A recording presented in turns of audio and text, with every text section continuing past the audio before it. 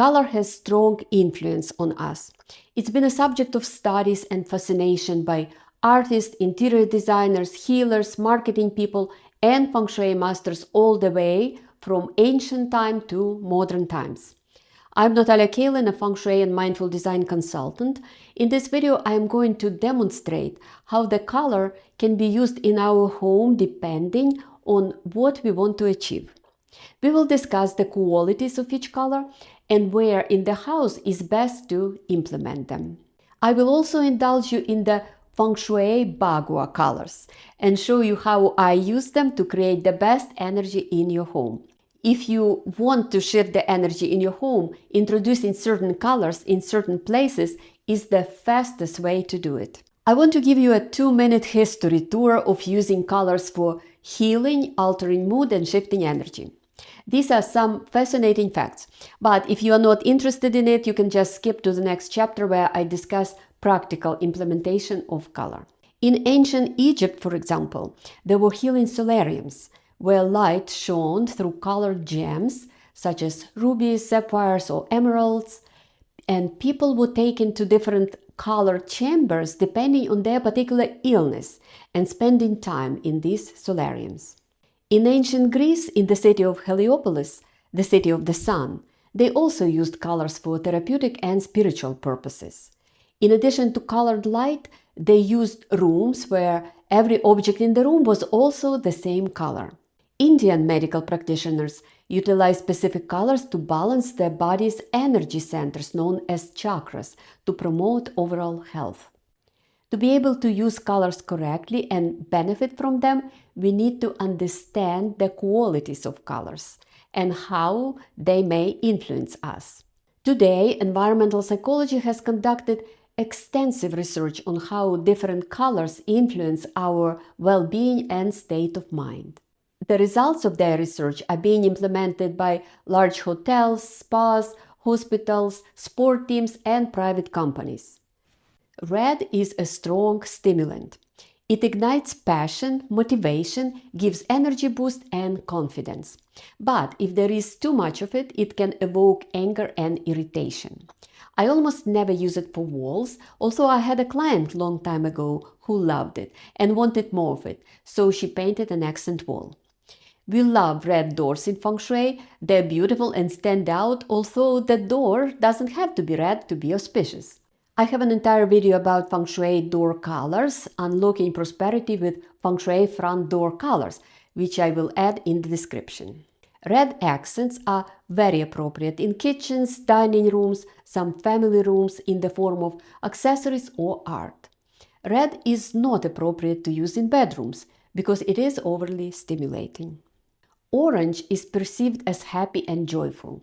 It is associated with the sun, helps to bring warmth and stimulates social connections. It activates a feeling of optimism and confidence. If this is something that you want more of, you may want to consider adding orange accessories or art.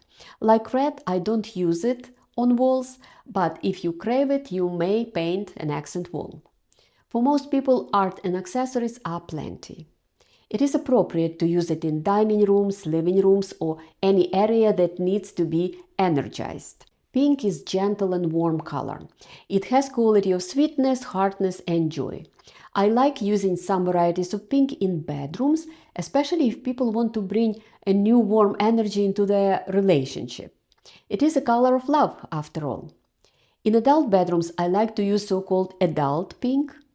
Colors like Light Mocha or Southern Comfort by Benjamin Moore have some grounding brown and gray in it, so they are not like the ones you use in girls' bedrooms. You don't have to paint the entire room to benefit. Have a pink throw blanket or art with pink hues instead. The element of orange and red color is yang fire. The element of pink is yin fire, which is gentle or feminine fire. According to the Northern Hemisphere Bagua, red or orange colors are very appropriate in the South, fame and reputation area, and Southwest, relationships, especially if we want to energize those aspects. Pinks are great in the Southwest. I love how my client used the hot pink chairs in her Southwest dining room. In the southern hemisphere, just flip those areas. You may benefit from watching my video, Feng Shui Bagua explained for both hemispheres, northern and southern. I will add it to the description for you. Yellow is also a warm color. Like orange, yellow is associated with sunshine and happiness, but it is less intense than orange. Be cautious about using overly bright yellows because it might bring a sense of anxiety. The right hues of yellow stimulate digestion and mental activity. It is known to promote socialization aspect. We are attracted to its warmth and sun-like qualities. It energizes us. It is good to use yellow in kitchens or dining rooms where we have gatherings of people. A few favorite yellow colors here that my clients love.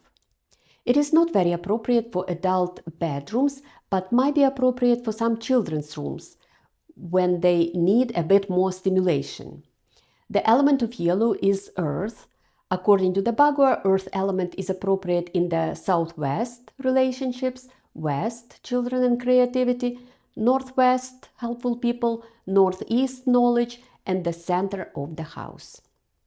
Brown is also earth element color.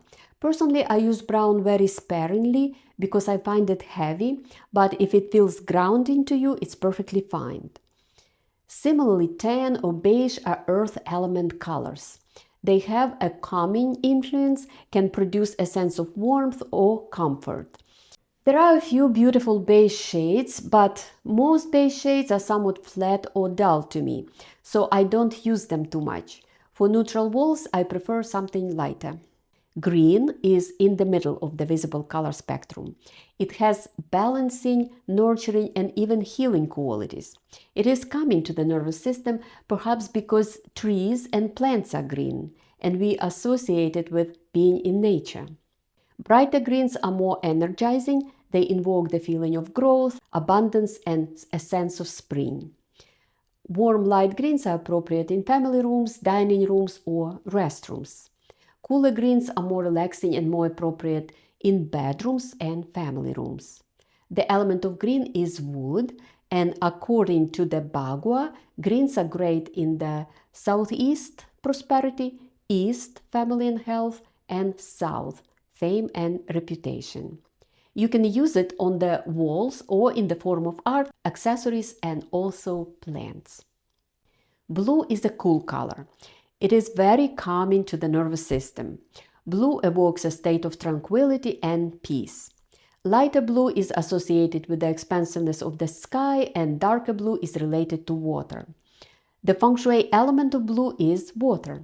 It is appropriate for bathrooms, some bedrooms, and some offices. Blue is not appropriate for kitchens or dining rooms because blue doesn't support digestion or socializing. Water element and blues are good in the east, health and family, southeast, wealth, and north, career. Purple is associated with depth, spirituality, intuition, and beauty. In traditional feng shui, purple is associated with prosperity, and it is appropriate in the southeast room. I would not use it in the kitchen or dining room where it is very different vibe, but other than that, if it fits with your aesthetics and you love it, use it on the walls or art and accessories. Gray is a cold color, but some shades of gray are warmer than others. It is a neutral color and some shades of it are calming to the nervous system. These are my favorite grays. Gray can add to a feeling of stability and sophistication. If there is a lot of gray in the room, it evokes a feeling of boredom, and for some people it can promote depression. So if you have too much gray in your house and feel low, you may want to add some warm colors to shift the energy. The element of gray is metal. Metal element is good in the north, career, west, children and creativity, and northwest, helpful people. Black is a cold color. It is associated with power, authority, mystery, and depth. In essence, it is the absence of color that creates black. The element of black is water. I don't use black too much, but if you like it, north is appropriate from a feng shui perspective. White is a cold color. It is the opposite of black. It is the presence of all the colors in the spectrum that creates white. It has a clean and high vibration, but it doesn't have any emotion in it. The element of white is metal. I like to use warm white tones or so-called off-whites. These are appropriate for hallways, stairways, landings, and in many modern houses, whites are used throughout the entire house. Many people prefer neutral color schemes these days. There are many good reasons for it. But I have to tell you, if your environment is too neutral, guess what? You feel neutral. Especially people overdid it with gray in the last decade. Gray walls, gray floors, gray furniture, and even gray art. If this reminds you your home, you definitely would benefit from adding some color. You may want to reflect on colors in your home and how they make you feel. Which one makes you feel good and elevated? Which one relaxes you? Which one bothers you? Overall, colors add liveliness, energy, emotions, and beauty to our homes. They help to create a certain type of energy, either uplifting and joyful, or stabilizing and grounding, or relaxing and peaceful. From a Feng Shui perspective, colors can boost the energy for such aspects of our lives as prosperity, career, health, relationships, or creativity. I hope you got inspired to add a few colorful things to your home. If you like the video, please hit the like and subscribe buttons. As always, I would love to hear from you and read your comments. Hope to see you soon. Bye for now.